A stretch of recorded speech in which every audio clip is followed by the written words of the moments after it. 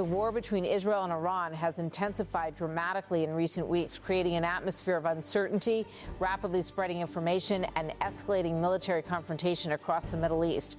Alongside missile exchanges, airstrikes, and political rhetoric, a wave of speculation recently emerged about the fate and whereabouts of Israeli Prime Minister Benjamin Netanyahu. The rumors began circulating after Iran-linked media outlets suggested that Netanyahu might have been injured or killed during a missile strike targeting Israel earlier in March. These claims quickly spread across regional media and social platforms, fueling speculation during an already volatile moment in the conflict. The speculation intensified when reports from Iran's Islamic Revolutionary Guard Corps Associated Media suggest that a missile strike may have targeted a location connected to Israel's leadership. Shortly afterward, Iranian media outlets began questioning Netanyahu's public absence and raising doubts about his safety. One report that attracted widespread attention came from the Iran-linked Tasnim news agency. The report assembled several circumstantial claims that it argued raised questions about Netanyahu's whereabouts. Among the points highlighted were Netanyahu's brief absence from public appearances, reports in Hebrew language media about heightened security around his residence, and the postponement of meetings involving high-profile international figures.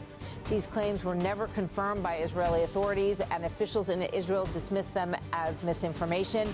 Nevertheless, the rumors circulated widely online and across various media platforms. Some reports went further, claiming that Netanyahu's brother had been killed during the alleged strike.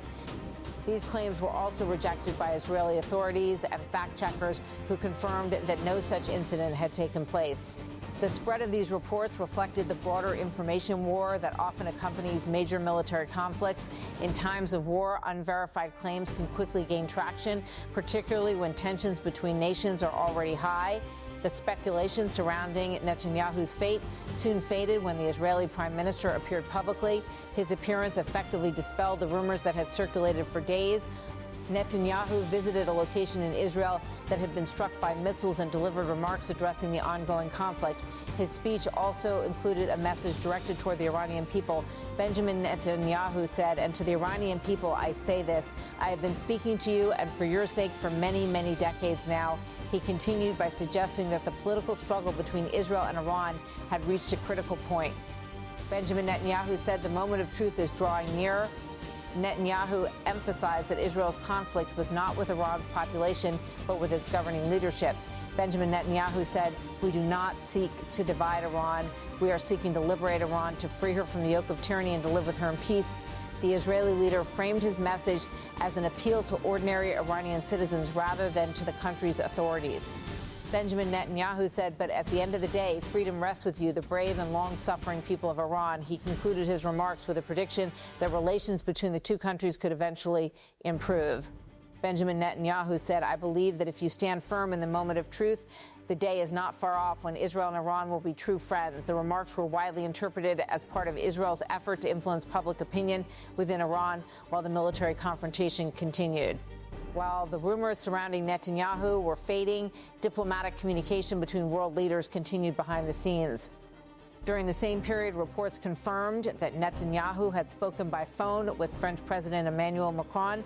The conversation was confirmed by the French presidential office. France, along with several other European nations, has repeatedly urged restraint and warned that continued escalation could destabilize the entire region. International leaders have expressed concern that the conflict could expand into a broader regional war if hostilities continue to intensify. The confrontation has already affected shipping routes, regional security calculations, and global energy markets.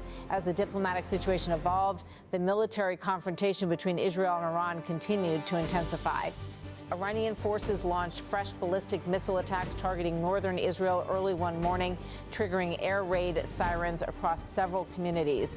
Residents were forced to rush into shelters as warning systems sounded across towns and cities. According to Israeli emergency services, a limited number of missiles were fired in that particular wave of attacks.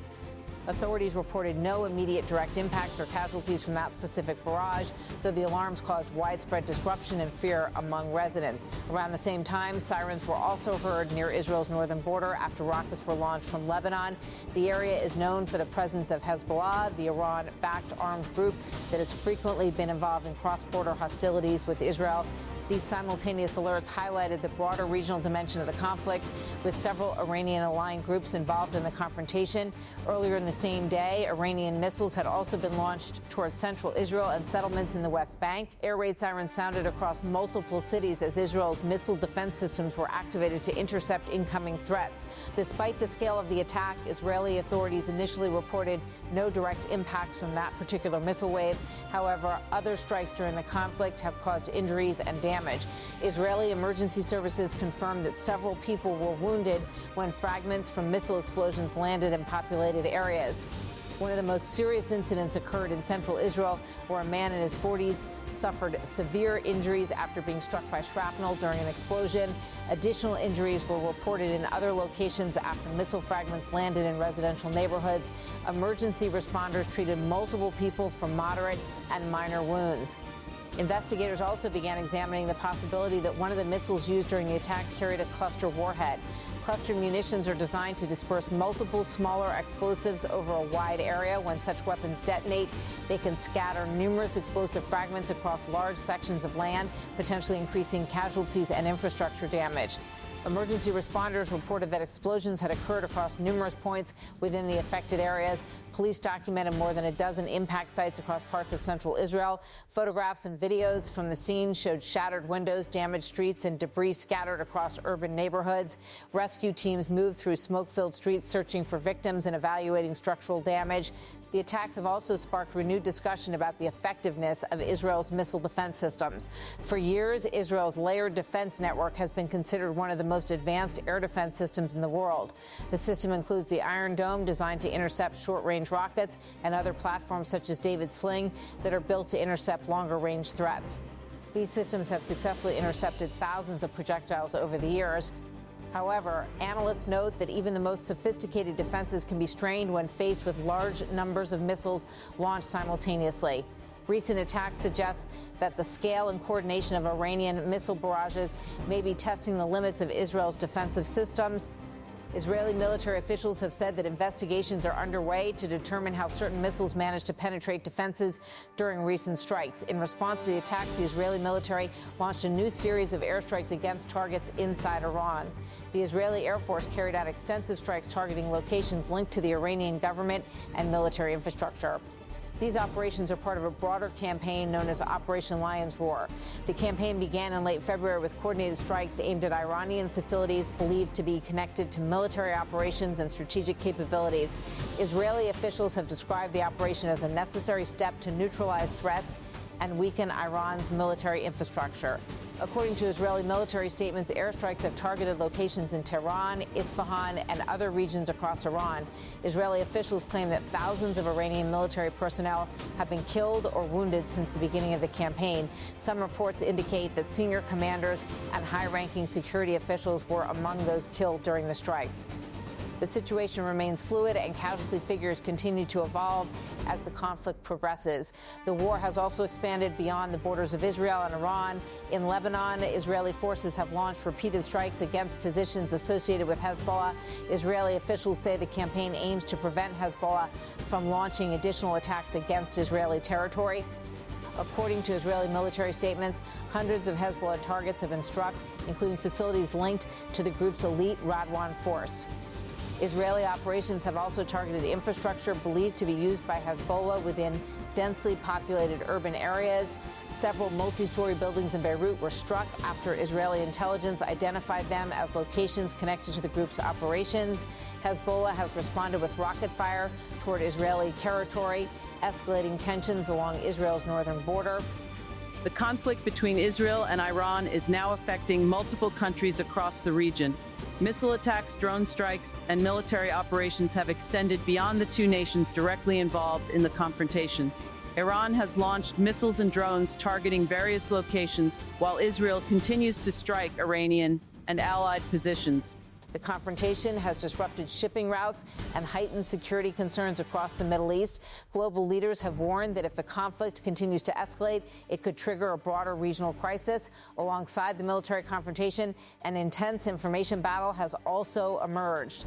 Rumors, misinformation, and unverified reports have spread rapidly across social media and state-aligned media outlets. The rumors about Netanyahu's supposed death or injury illustrate how quickly such claims can circulate during times of conflict. Fact-checking organizations and international media outlets have repeatedly confirmed that Netanyahu remains alive and continues to serve as Israel's prime minister.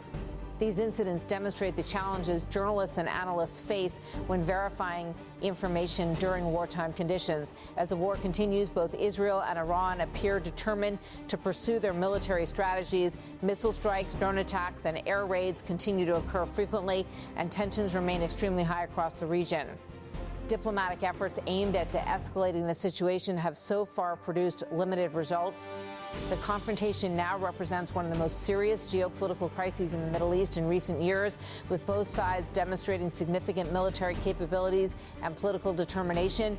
The outcome of the conflict remains uncertain. What began as a series of retaliatory strikes has evolved into a broader confrontation that is reshaping the strategic landscape of the Middle East.